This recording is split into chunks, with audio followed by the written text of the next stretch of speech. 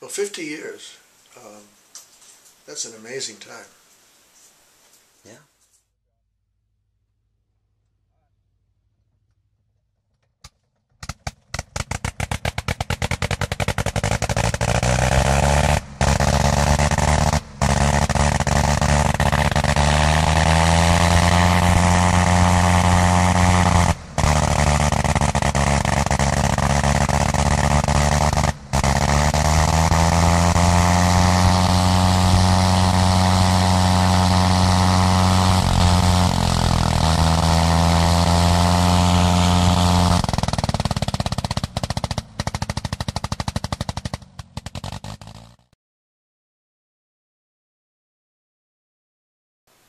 In 1961, Leo Opdycke and Dean Obrecht released the first issue of World War I Airplanes, a two-page ditto newsletter that was created to unite people sharing the common interest of World War I aviation.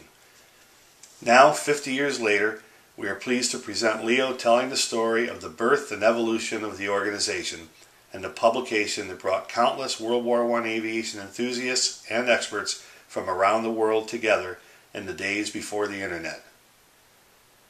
The genesis of World War I Airplanes Incorporated in the late 1950s and early 1960s coincided with and undoubtedly helped to foster a booming interest in the field of World War I aircraft restorations. This was the period when people like Cole Palin and Frank Tallman started locating, collecting, restoring, and flying examples of these rare aircraft, and others like Jim Appleby, Ed Brennan, Peter Bowers, and Carl Swanson started building flying reproductions of machines that hadn't been seen in the air since the days of the Great War. These men and others like them were the pioneers of the second coming of the flying machines of the Great War, without the war, of course. The initial goal of World War I airplanes was to bring these collectors and enthusiasts together to keep them informed of who was building and restoring what and where it was happening. It was also a wants and disposals list of early aviation items being offered for sale or trade. If you wanted to buy a Hispano Suiza, a Lerone or Gnome Rotary, World War I Aero was where you would likely be able to find one, or maybe even a few. Likewise, if you wanted to find a piece of information relating to World War I aviation, World War I Aero was the place to run your ads seeking that information, as nearly every expert around the world in this focused field of early aeronautics was a member. As time went on, the publication grew to a nearly 150-page quarterly journal, and regular features developed along the way. Contributors from around the globe brought their combined knowledge and talents to the table for all to share, learn from, and enjoy. The doors were open to modelers, artists, authors, filmmakers, and anyone wanting to be kept in the loop of what was happening in the World War I airplane world. 50 years of generosity by enthusiasts around the world who shared drawings, manuals, and other archival material has grown to an archive that is unique in its breadth of coverage and also contains some material available nowhere else. World War I Airplanes Incorporated continues in its mission to be responsible stewards of the archives and its commitment toward making research materials accessible to the community of enthusiasts.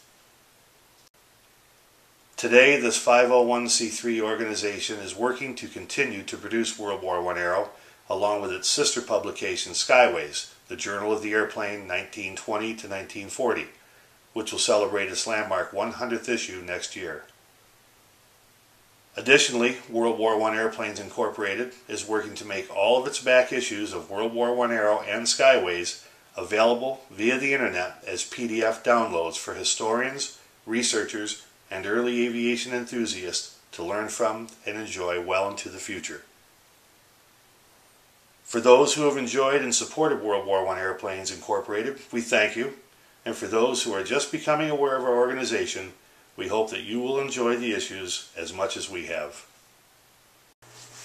Okay, so what do we talk about? Well, I think we would start off with, I guess as far back as you can remember, when the first concept of the World War I Club or World War I Aero came to be, and how that came to be. I mean, as a young boy, were you building model airplanes and had the interest like we all did?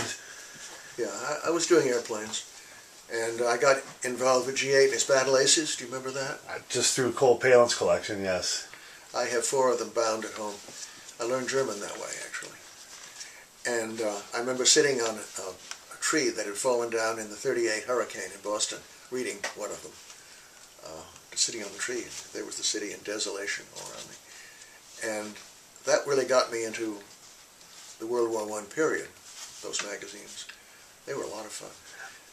When did you talk to other people, or when did you meet somebody that expressed interest in maybe building a World War I airplane, or how did it come about that somebody was looking for information and you thought maybe we can track some down for them? Well, it really was Dean Obrecht.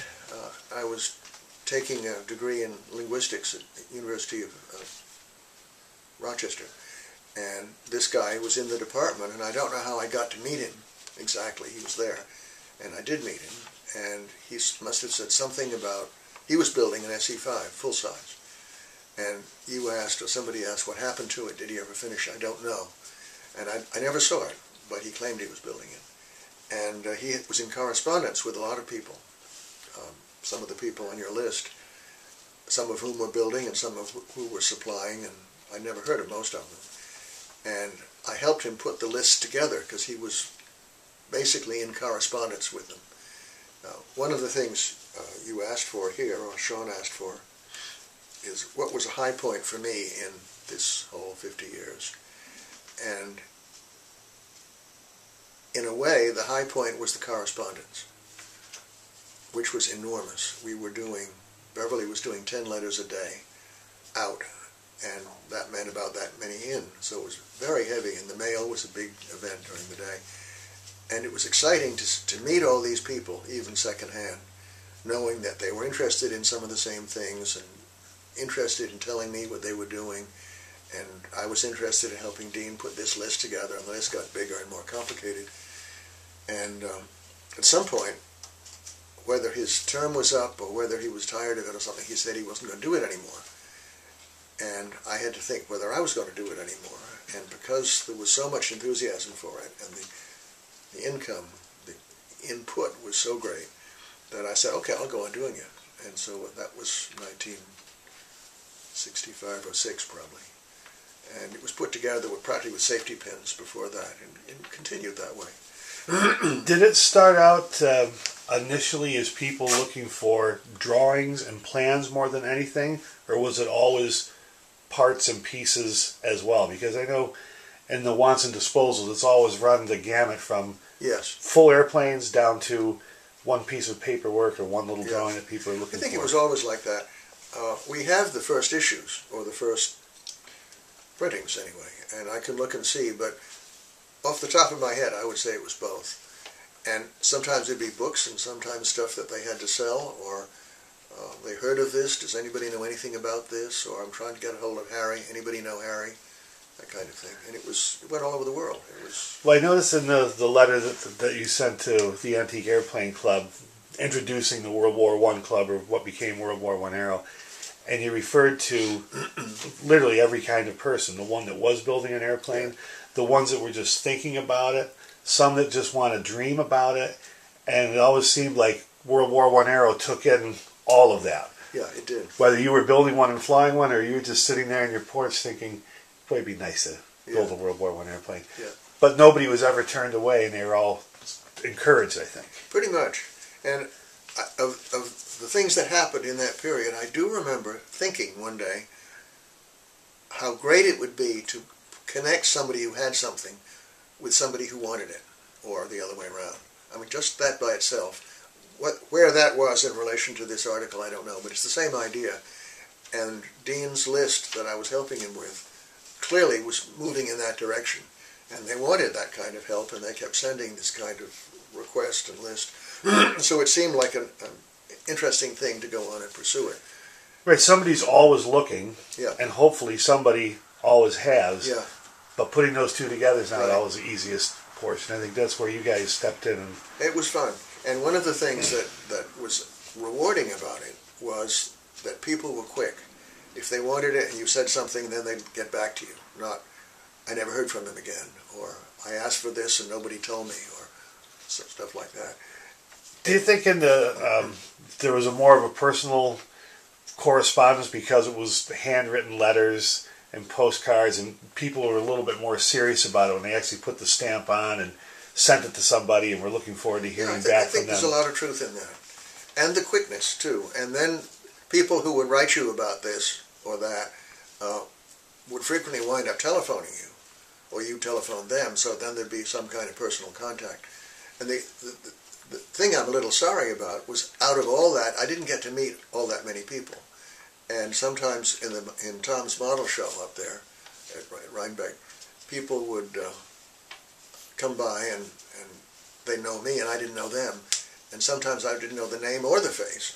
And I felt bad because some of them had been in correspondence for a long time. It was a little bit remote, but it got much more personal as time went on. And the contact by mail and the contact by telephone was very rewarding. In your phone conversations, did you find yourself having more and more lengthy phone conversations, but still enjoyable, and not somebody where you want to say, "Oh, I got to get this guy off the phone"? That didn't happen very much. Because they were all so serious about it. Yeah, they really were. And you could get talking about other kinds of things, too. We'd be talking about this, they'd be talking about global warming, except there wasn't any then. There was a sense that there were real people out there that you could get hold of, and they would get hold of you and you'd share something. And I always felt that it was a shame that we couldn't get the other organizations to join that kind of interaction. Other publications, other organizations, agencies, but we never really got that kind of warmth. It's too bad.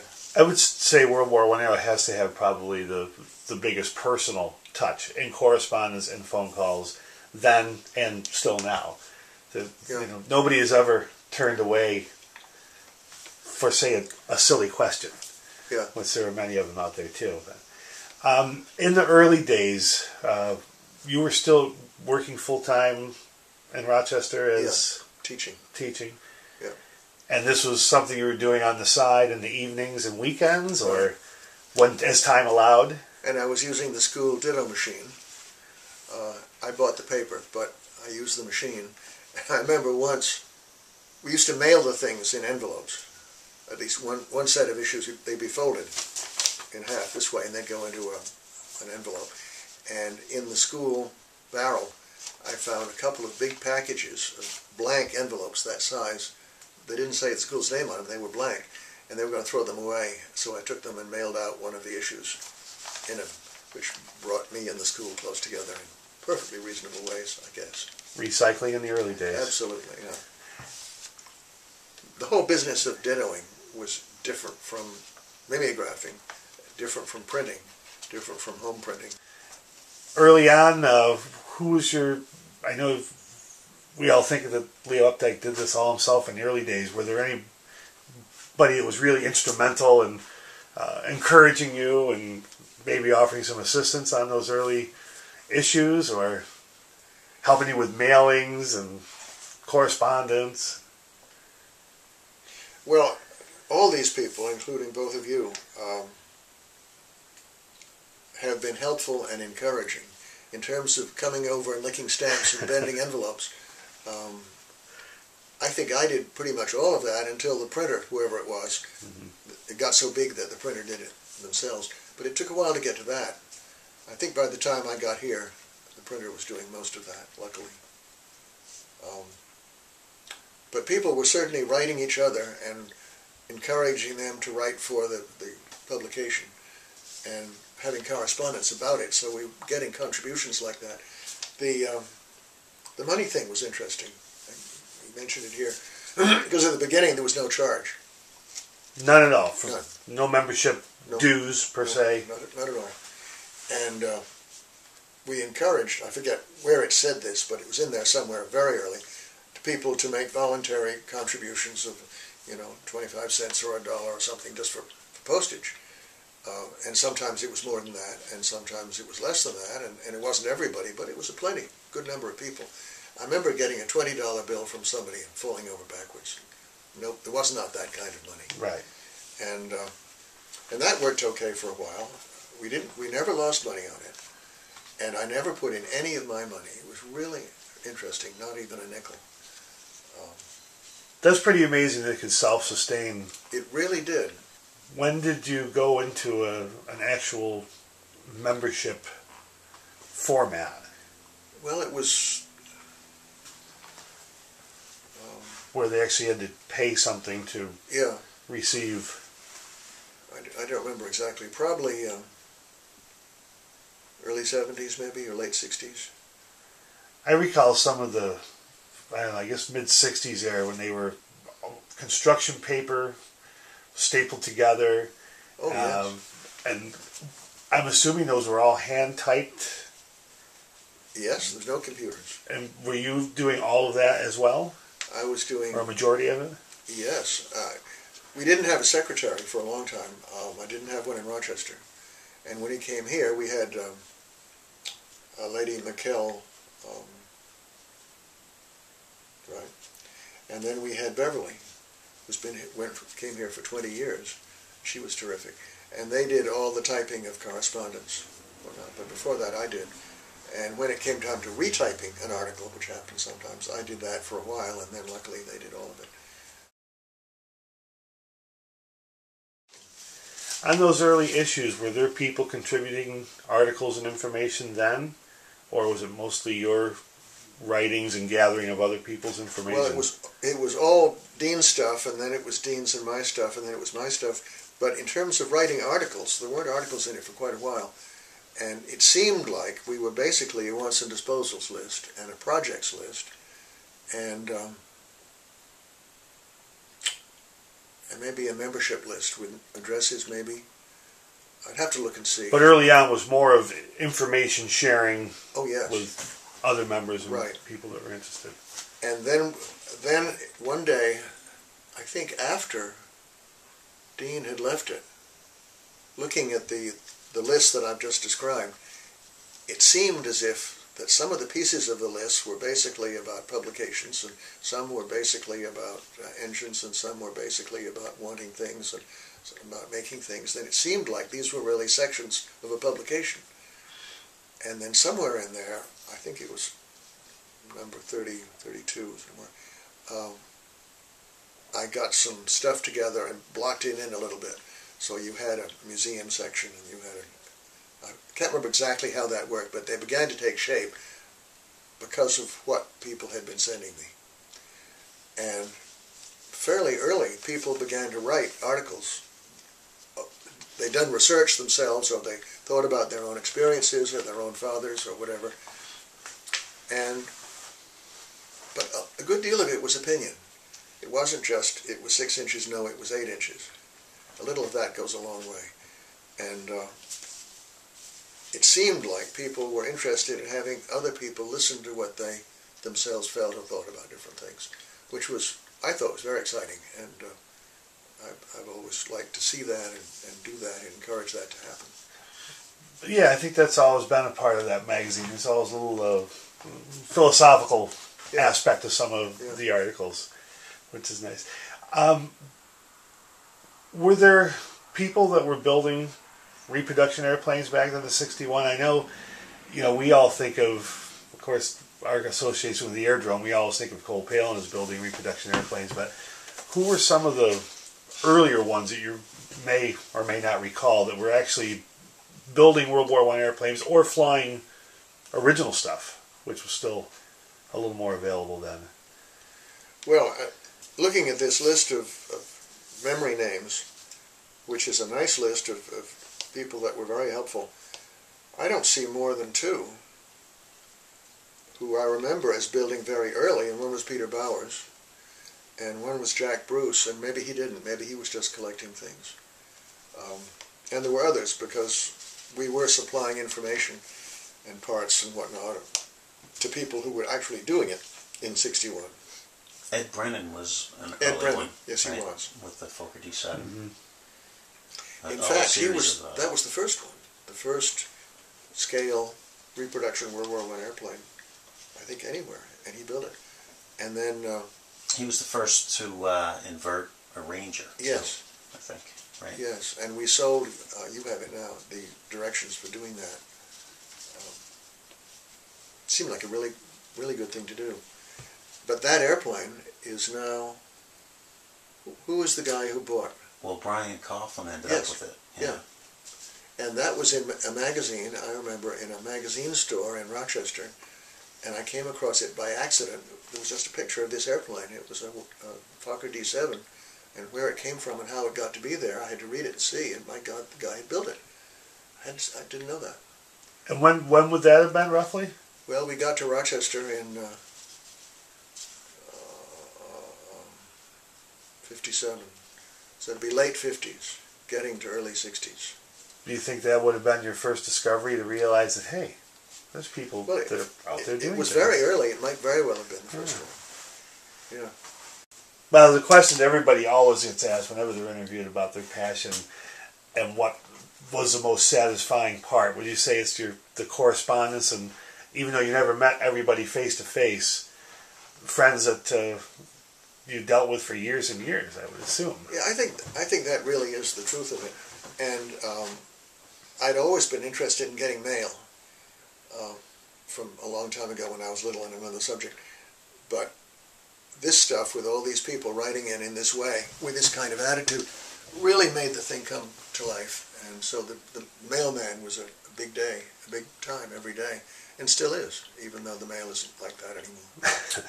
It's really nice. Right. The other thing that I really liked about it, and also about building the airplane, was that at the end of the day, you had something physical to look at. You'd made something. You'd written something. Whatever it was on the table. It was not the way it was in the morning.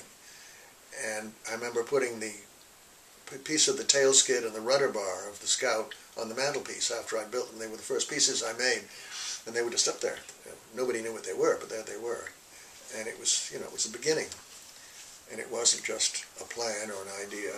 There it was. Paul Hare and Jack Bruce, those are two names that I remember seeing for years and years. What was Paul's? Let me see the list. What was Paul's initial association with you? Well, I think he was a subscriber. He read it, and then he wrote some articles, including the one like the one he's doing now, about the contest, the British military things. And the one that we published, was quite a while ago, was on a series that we call Scandals, because I got interested in the fact that so much of the aviation business in this country and in the world was corrupt, that people were being dishonest and hiding things and not telling the truth about this piece and that piece.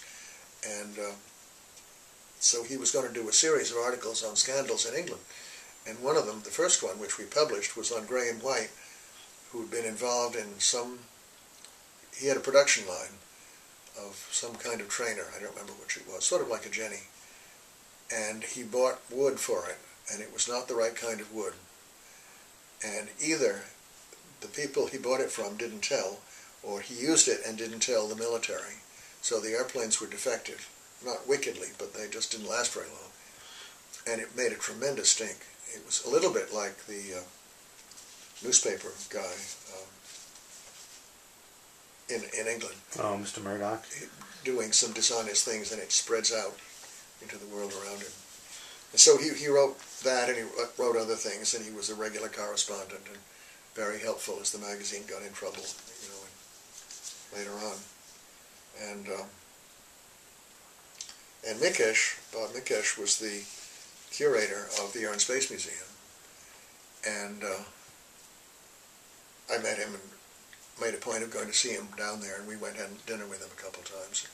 Really, really good, long-time subscriber, and he wrote some things for us. Peter Gross, it turns out I went to school with him and didn't know that. And he's the son of the painter, George Gross. And you see his stuff around. And he came to this country. He was an anti-Nazi enthusiast. George was. And, of course, Peter was.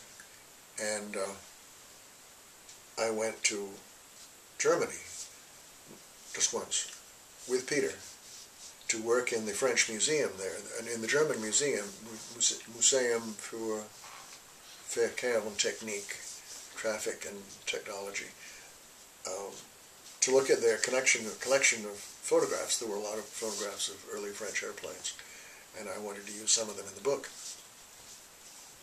And so I spent a lot of time doing that, and Peter and I wandered around in Germany. It was a whole new thing for me.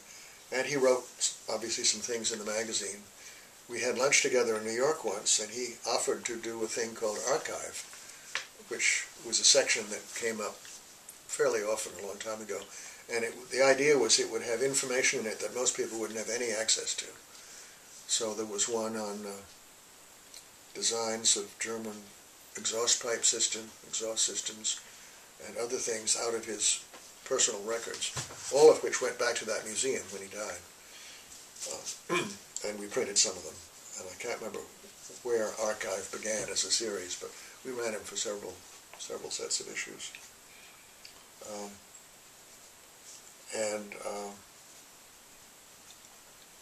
Josh I met through visiting the museum, and he was on our board for a while. Josh, very good guy. And Hal Andrews was on our board too, wasn't he? That sounds, yes. I think so, yeah. A long time ago. Very, very good guy. And Herb Kelly was a sweetheart, and he does these drawings. Every now and then you get involved with somebody who gets involved with some row about whose program this is, whose product this is, who gets the credit for this, who are you going to tell about this. And Herb was absolutely wide open. I'm doing research, and it's as much for you as it is for you, as it is for me. Just out there. And he wrote very well about it, and really meant it. He was a sweetheart. And Wally Batter was in Canada, and was a model maker, and wrote some articles for us on model making and some of the techniques. And he did a couple of model issues. We thought we'd try to have a model issue a year. The early publications come out 5 times. I don't know why, it just happened to be that way. And it seemed like a good idea if one of 5 issues was basically models. And one of them was number 84, I think, and I don't remember the other one. It was after that. And he put it together. It had other things too, but it was basically models. And very skillful stuff. And he got sick and died. And Dean Obrecht died. And Cecil Lewis I never met, but we had some nice correspondence over that cover picture in the front cockpit of something or other taken close up in flight. And he said, well, I certainly always knew I had a big nose, but... Anyhow. And Cole I met... I don't know how I got to meet him. I guess I read about the museum somewhere, and maybe I called him and came up or something, and he was outdoors doing something. We always had a nice time. I always wish that we could do more together, that we could advertise for him, or not necessarily for money, but to give information about what the show was going to be or what the airplanes were. And I never got very much. And I finally went to Dave Fox, who lived up in Kingston somewhere, up there, and he put together a whole issue or a whole file of all the airplanes that Cole had or ever had and where they came from and so forth. It was a nice collection. I recall that issue became the Bible over there for many years. I remember Rita referring to that all the time. Yeah. He had listed all the airplanes and information about them. Yeah. It's like pulling teeth to get it, though, wasn't it? It certainly was. But then I found him, and he was easy to get it from. Yeah. It was nice. And Coleman Meyerhofer, he actually came here and visited once with the albatrosses. He's an artist, he's a sculptor. Anyhow, so those are... How about Andy Anderson? He seemed to be... Oh, yes. Oh, yes, he's not here. Should be. Yes, he is. He drew covers early in the game. Not... they were drawings, always line drawings, and beautifully done. Sometimes cut away, so you had some sense of the structure. And in the background there'd be clouds or trees or something, so it wasn't exactly just an engineering drawing. And I visited him a couple of times, and we talked about what he might draw. And Did he take suggestions from you on the subjects, or? Yeah, mostly he picked them, and we agreed on the things. But speaking of suggestions, there was also Keith Woodcock, who did a lot of the covers. Well, that's one right there, the pole triplane. And I don't know how I got to him in the first place, but he liked the idea of doing paintings of airplanes that hadn't flown, like that one. And there was an Antoinette that hadn't flown, and some other things. And so he did a whole series of them, 4 or 5. Good, spectacular. Isn't that nice? I think you're pleased with the job that Jonathan's doing. Oh, very pleased. Yes. Very pleased. Yeah, with all of you. I mean, actually, I don't know anybody there now except you and Sean and Peter. And I've talked with Jonathan several times. Always good to talk to, and that seems very promising. And I like talking with him about those things and about other things too. Really nice. I would love it if you could get to print again somehow, and I understand all the problems, but people do comment on that quite a lot. And there's got to be some way of having something that you can have your hand in. Well, we do offer that print option. It's very expensive, but you know, for the people who really need to have a print issue, they at least have the option. Yeah. Maybe somewhere down the road,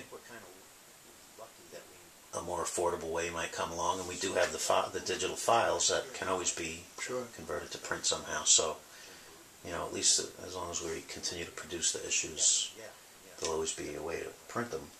Well, the whole thing about print is in trouble. Yeah, right. In the world. I think we're kind of lucky that we sort of moved with the times. And Yes. you know, I give Jonathan a lot of credit for that, and Jim Bruton, who's on the board. And I'd like to meet him sometime. Yes, yeah, I definitely will. I'll have him come and visit you, or maybe you could come come with me. We could go visit his new hangar that has 2 triplanes in it now, in Connecticut. 2 triplanes. That's 6 wings. That's 6 wings, and he built all the wings, and his friend built the fuselages. Yeah. So. Well, with all the electronic signaling equipment, I don't see the print is going to have a future at all. Right. And Kindle has print in theory, but in fact it's not paper print. You can't fold it. And the book dealers and the book publishers and magazine and newspaper people, they're all in trouble. And I think you get, in a way, the best of both worlds, because most of the members are old, looking for print, but they're enthusiastic enough to go for the computer as well, and there are a lot of young people, or some young people anyway, who want it too, and so you're sort of both. But as we all die out, it's going to be more and more of one and less of the other, I'm afraid.